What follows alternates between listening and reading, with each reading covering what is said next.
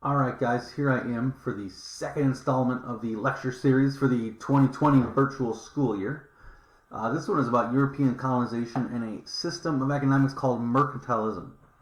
I know our last worksheet looked at capitalism and this idea that people are going to start trading wage labor for money, but we're going to look at what countries start to do.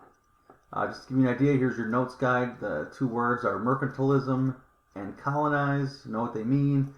I gave you two note sheets. Just so you know, if you right click on the note sheet, you can duplicate it and make as many of these note sheets as you need.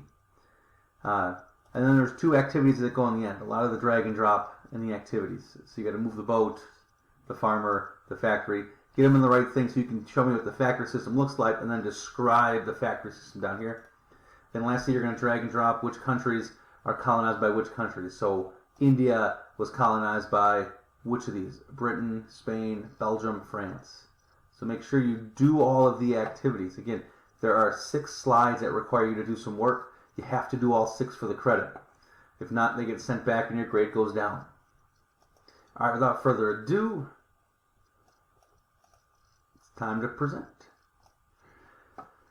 So again, what we're doing is looking at why Europe is able to colonize the world. So we've talked about the factory system. Basically what happens is Europe finds a way to produce items and final products better than anybody else. We go to this position where we go from a manor, where you're living on a farm with a master, and you're able to produce everything you and your family needs, but that's it. It's very hard for you to produce anything else. If you were a blacksmith, you were only working on what was necessary. You weren't creating additional surplus goods because it was too much work. It was too hard. So you were simply working on what was in front of you. If something wasn't ordered, you weren't making it. It's not as if there was a mini mall set up in the middle of these castles where you could go find armor. You had to actually have the money, you had to order it, because people weren't going to waste their time creating surplus goods that may or may not sell. The factory system, on the other hand, creates surplus as a byproduct. They can make so much that one person can make the goods for many. Therefore, these factories create massive, massive, massive surpluses. I know we looked at a picture last class of all the thread that one factory could make. We'll continue to look at factory pictures, but that's the deal. We're making a ton of products. The good part is, the more products the factory can make, the more they can sell. So the owner of that factory is making a crap ton of money. Because he's making a lot of money, he can hire more workers. Because there's more workers, more people are born to fill those roles. Because more people are born, we need more food. It creates for this growing economy. I know we looked in the last slide at the growing population, but this really, really, really does help people take off and create this huge population boom. The issue with the factory, though, while it has the machines and it has the people, it does not have the raw materials. You need to have cotton to make thread. You need to have tobacco to make smoking products. You need to have these raw products to get finished goods. So that leads to the point, if you're going to make a bunch of factories, you're going to need a large amount of raw product to pump through these factories in an effort to create final goods. So we're going to see, where do those raw materials need to come from. Here's an example of it. We have this. I'm going to move the cotton here. No, can't. The idea here is that the farmers here produce the raw goods. So in this case, I have a cotton field. There's a cotton farmer. The cotton farmer makes cotton, sends it to the factory.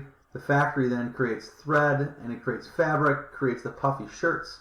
All these puffy shirts then are shipped worldwide. So if my factory and my farm are next to each other, from that single location I can ship goods from around the world.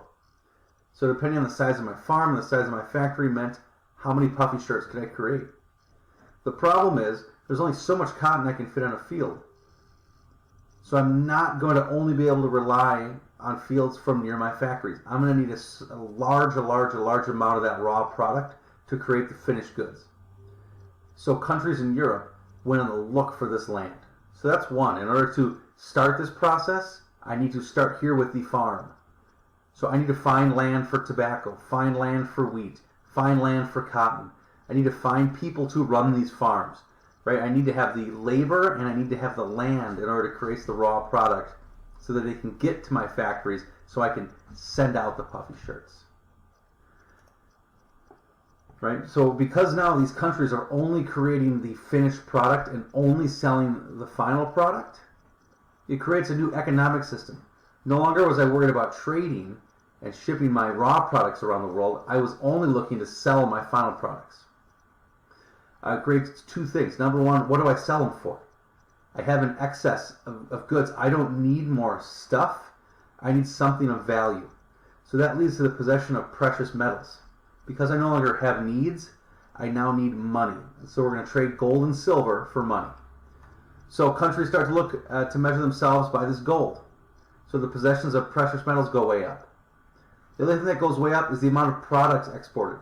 Because if you look at my country and I can show you a ton of wealth in gold, and I can show you a ton of exports, it means I am the richest country. So European countries are looking to do two things: stock up gold and create product.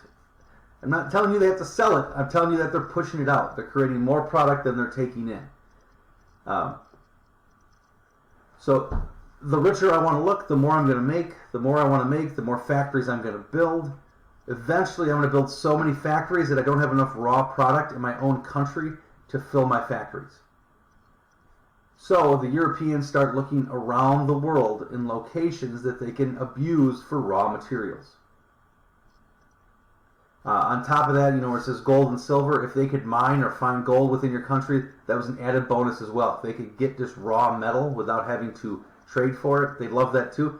But again, the reason they're going from country to country to country and go around the world is because they need raw materials to pump into these factories so that they can create this finished product that's going to be sold and show their wealth. So this begins a process of colonialism. European countries begin to sail around the world. You live in a country, the United States, that was created because of this process. And what they basically do is exploit this country for raw materials, labor, and precious metals. So in the issue of South America, they would enslave people to run the labor camps. In the idea of Africa, they would then enslave the people in order to run the fields. Because they needed cheap, easy, free labor to run these fields so that they could get the raw product back. So slavery was really brought in because of this colonialism, at least the slavery we understand in America. But on top of that, it's the exploitation of these countries. In no way does England care about the people of India as long as they're producing raw goods. They don't care about the people of Ethiopia. They don't care about the people of Colombia or Peru or Mexico or they don't care. They just want the raw product. Those raw materials then are then brought back to the parent company and produced into finished products. The two biggest ones you probably know here in America are tobacco and cotton. And the cotton became cloth, and the cloth. But again, what we're doing with those isn't necessarily selling the product. We're sending that product back to England. England's making the finished product, and they're selling it. The inherent problem with that is the colonized countries gain no wealth. If I'm sending all of my good stuff back to England, England's selling it, not me. I'm getting nothing in return. So the colonized countries stay poor. The people remain poor. There isn't any wealth gained or grown in that country. Instead, the European countries like Spain, Italy, Germany, even Japan jumps into this game later. These are the countries that become wealthy because they're abusing and colonizing other people. To give you an idea what this looks like, I'm going to show you some maps. So we look at the map of America. This is probably the one you know the best. The red is English. Here's the United States colonies. You see they go up into Canada. This is the British. The French kind of take over the middle of the country, including including Milwaukee, which is why we have a college named after Pierre Marquette, who was a French fur trader. Down here you see the green is Spanish. So we have Mexico, Central America, Colombia, Venezuela. These are all countries that are then going to be a Spanish of origin, which is why they still speak Spanish. So if you wonder why, if you go down south, they speak Spanish, even though Spain's on the other side of the ocean, it's because that's who they were colonized by. We speak English because guess who colonized us? Boom. Still pockets of Canada speak French because guess who colonized them? So the colonizers have a great effect on what we're doing today.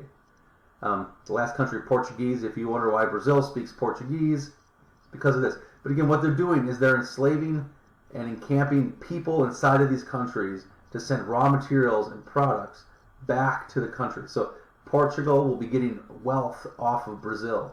Mexico will be getting wealth from, or Spain will be getting wealth from Mexico, from Venezuela. England is getting rich off of the colonies. All of these things only occur to build wealth. Here's an example of Africa, right? A country that is huge. I mean, it's much larger than Europe. You see, throughout the middle here is owned by the French. Areas like Morocco, French West Asia. The British own Egypt, which is a huge cotton producer. They also own South Africa, which we'll learn a lot more about in upcoming weeks and your senior year. But again, every country is owned and colonized by somebody else. Nobody other than Liberia and Ethiopia is left alone. What do they want? They want the labor and they want the raw materials. They aren't here in order. It's not like England's going to pop into to Egypt, build up hotels, make this into a great, great country to show how amazing they are. They're simply going to abuse the Egyptians that they take over in an effort to get those raw materials. The last continent we'll look at is Asia. So we've been through all the major continents. Everybody gets colonized, other than Europe, because Europe are the colonizers. Here we have India. This is owned by the English, as well as Burma. So here we have a big England push. Over here we have French Indochina, which is where Vietnam lays, which we talked about in the second semester, is colonized by the French. The Dutch have the Dutch East Indies, which include places like New Guinea. I think Thailand's in there. I'm having trouble reading through the map. Singapore. All these places are controlled by other countries. So if I lived in India at this point, my rulers were British.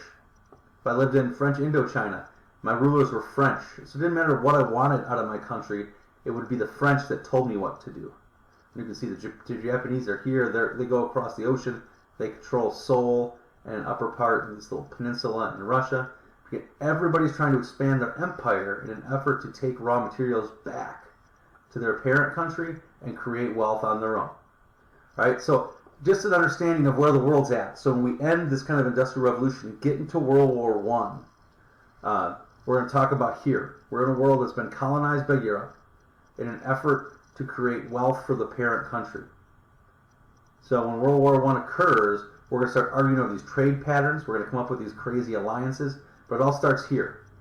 This factory system allows for the idea of wage labor. It allows for the idea of surplus. And it allows for countries to be able to start fighting over the products they're making. Any questions? Please let me know. Again, if we go back to the sheet, just to reiterate, you should have some notes. They can either be from my words. They could be from the slides. Please do the 2 vocab words up here. And then lastly, where, if I'm a tobacco farmer, where do these people place in the system? And then describe it. And lastly, which of these countries is now been colonized? So India was colonized by whom? Dutch West Indies. It's easy, right? We go down to the Dutch. So make sure you drop them where they belong so that we're getting the credit for getting the work done. All right, talk to you later.